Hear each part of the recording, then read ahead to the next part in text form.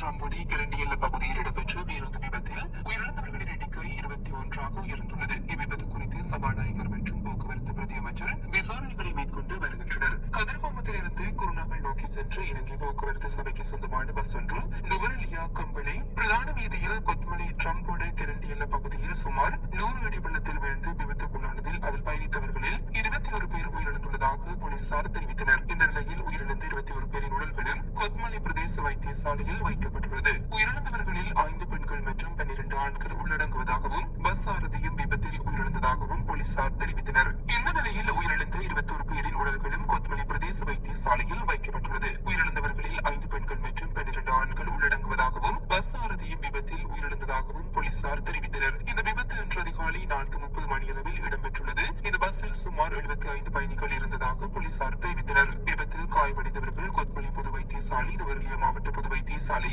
கம்பளை மற்றும் நாவலப்பிடி ஆகிய வைத்தியசாலைகளிலும் அனுமதிக்கப்பட்டு சிகிச்சை பெற்று வருகின்றனர். மேலும் காயமடைந்தவர்களில் பலரின் நிலை கவலைக்கிடமாக உள்ளது என தகவல்கள் வெளியாகியுள்ளது. விபத்து குறித்து விசாரணை நடத்தி வரும் கொத்மலை போலீசார் ஓடிக்கொண்டிருந்த பஸ்ஸில் ஏற்பட்ட திடீர் தொழில்நுட்ப கோளாறு விபத்துக்கு காரணமாக இருக்கலாம் என்று சந்தேகிக்கின்றனர். விபத்து குறித்து விசாரணை நடத்துவதற்காக சபாநாயகர் ஜகத் விக்ரமரத்ன மற்றும் போக்குவரத்து மற்றும் நெடுஞ்சாலைகள் பிரதி அமைச்சர் டாக்டர் பிரசன்னகுமார் குணசேன ஆகியோர் சம்பவ இடத்தில். ரொம்ப கவலையான ஒரு விடயம். கிட்டத்தட்ட 21 பேர் உயிரிழந்திருக்கிறாங்க.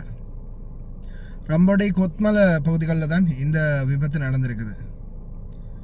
அதாவது கதிர்காம் யாத்திரைக்கு சென்று திரும்பி குருநாகல் நோக்கி பயணித்து கொண்டிருக்கும் போதுதான் இந்த விபத்து ஏற்பட்டிருக்குது. குறிப்பாக எங்களுடைய அந்த போக்குவரத்து அமைச்சு இந்த மாதிரியான ஆபத்தான ரோட்டுகளுக்கு அந்த தடுப்பு சுவர்களை சரி நிறுவுவதற்கு ஒரு ஏற்பாடுகள் பண்ண மாட்டேங்கிறாங்க. இது வரைக்கும் எத்தனையோ விபத்து கேண்டி சைடை பொறுத்தவரையில் தொடர்ந்துமே இது வரைக்கும் பல விபத்துக்களை நம்ம பார்த்துட்டோம், பல உயிர்களை இழந்துட்டோம். ஆனால் இன்னுமுமே இலங்கையில் இது சம்பந்தமான எந்த ஒரு சரியான ஒரு தீர்மானமோ நடவடிக்கையோ எடுத்த மாதிரி தெரியலை. இப்போ நான் ரீசெண்டாக பார்த்தேன், இந்த சைனாவில் எல்லாம் ஏதாவது ஒரு பஸ்ஸோ இல்லை ஏதாவது ஒரு வாகனமோ விபத்துக்குள்ளாகினா கூட சடனாக அந்த ட்ராக்கை திருப்பி அந்த வாகனம் பள்ளங்களில் விடாமல் விடுறதுக்கு எத்தனையோ செயல்பாடுகளை பண்ணி வச்சுருக்காங்க. அது மாதிரி இலங்கையிலையும் நிச்சயமாக இந்த மாதிரி ஏதாவது ஒரு வழிமுறைகளை கண்டுபிடிக்கணும். ஏன்னா சில நேரங்களில் ஓட்டுநர்கள் தூங்கிடலாம், ஓட்டுநர்களுடைய பிழையும் இருக்குது, வாகன சாரதிகள் செய்யக்கூடிய தவறுகள் இருக்குது. ஆனால் சாரதிகளுடைய தவறையும் தாண்டி சில நேரங்கள் என்ன ஆகும்னு பார்த்தீங்கன்னா வாகன மால்ஃபங்க்ஷன் ஆயிரும், வாகனத்தில் ஏதாவது ஃபெயிலியர் ஆகிறதுக்கு வாய்ப்பு இருக்குது. அப்போ அந்த மாதிரி சூழல்லையும் விபத்துக்கள் உள்ளாகத்தான் செய்யுது. அதே மாதிரி விபத்துக்கள் எங்கெங்கே நடக்குதோ அந்தந்த இடங்களுக்குரிய என்னென்ன தேவைப்பாடுகள் இருக்குதோ அதை நிச்சயமாக எங்களுடைய போக்குவரத்து அதிகார சபை மற்றும் அமைச்சகம் சேர்ந்து செயல்படாத பட்சத்தில் நிச்சயமாக இந்த மாதிரியான விபத்துக்கள் தொடர்ந்தும் நடக்கிறதுக்கு வாய்ப்பு இருக்குது. உயிரிழந்த அனைவருடைய குடும்பத்தாருக்கும் எங்களுடைய ஆழ்ந்த இரங்கல்கள். அதே போல் காயமடைந்த அனைவரும் விரைவில் குணமடைய எங்களுடைய பிரார்த்தனைகள். அதே மாதிரி இந்த நேரத்தில் மக்கள் உண்மையிலே அது நம்மளுடைய நாடை போல வருமா அப்படின்ற மாதிரி பாருங்க. சாதாரண அந்த எறும்பு கூட்டம் மாதிரி உங்களுக்கு தெரிகிறது எல்லாமே மக்களுடைய ஒற்றுமை, ஜாதி மதம் இனம் மொழி எந்த ஒரு பேதமும் இல்லை. விபத்து ஒன்று நடந்திருக்குது, உடனடியாக ஒட்டுமொத்த மக்களும் களத்தில் இறங்கி செயல்பட்டுருக்கிறாங்க.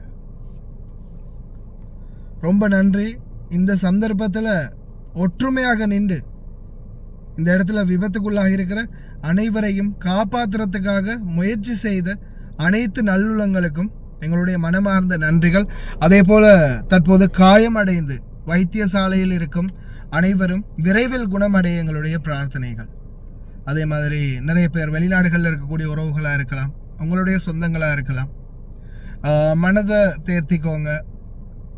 விபத்துக்கள் எதிர்பாராமல் நடக்கிறது, சிலருக்கு போக முடியாத சூழல் கூட வரலாம். இப்போ ரீசெண்டாக கூட ஒரு 2 இரட்டை வாகன விபத்து, பைக் விபத்தில் இப்போ ரீசெண்டாக ஒரு சகோதரர் உயிரிழந்தார். மட்டக்களப்பு சைட்டில் அதை பற்றியும் போட்டிருந்தேன். அதுலேயும் கூட பார்த்தீங்கன்னா அவருடைய இறந்தவருடைய சகோதரி வந்து இங்கே தான் குவைத்தில் வேலை பார்க்குறாங்க. அவங்களுக்கும் சகோதரன் இறந்து கூட போக முடியலை. இந்த மாதிரி நிறைய கஷ்டங்களையும் சோகங்களையும் சுமந்தது தான் வெளிநாட்டு வாழ்க்கை. இறந்த அனைவருக்கும் எங்களுடைய ஆழ்ந்த அனுதாபங்கள். அதே மாதிரி எங்களுடைய வாகன சாரதிகள் அனைவரிடமும் கேட்டுக்கொள்வது ஒன்று தான், உங்களை நம்பி பலருடைய கனவுகள், லட்சியங்கள், பலருடைய உயிர்கள் உங்களை நம்பி வருது. எந்த நேரத்திலையும் தயவு செய்து ரொம்ப கவனமாக இருங்க. எந்த நேரமும் அவதானத்தோடு இருங்க. எல்லாம் வல்ல இறைவன் அனைவரையும் பாதுகாக்கட்டும். இன்னொரு நல்ல வீடியோவில் சந்திக்கலாம்.